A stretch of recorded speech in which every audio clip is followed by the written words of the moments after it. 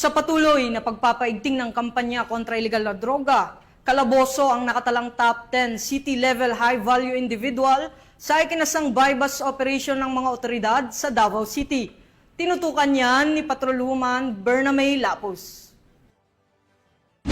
Ang isang drug personality matapos isinagawa ang buy-bust operation ng Maa Police Station sa Purok 26, Padaman, Riverside, Barangay Maa, Davao City nito lamang Mayo taong kasalukuyan. Kinilala ni Police Major Philip Dave E. Udin, officer in charge ng Maa Police Station, ang suspect na si alias Brian, 34 anyos, isang barker, na residente sa Purok G's, Rojas Boulevard, Davao City, na tinaguri ang top 10 city-level high-value individual sa nasabing lugar. Na-recover mula sa suspect ang 2 pakete ng hinihinalang shabu na tinatayang nagkakahalaga ng 48,000 pesos at buy-bust money na ginamit sa operasyon.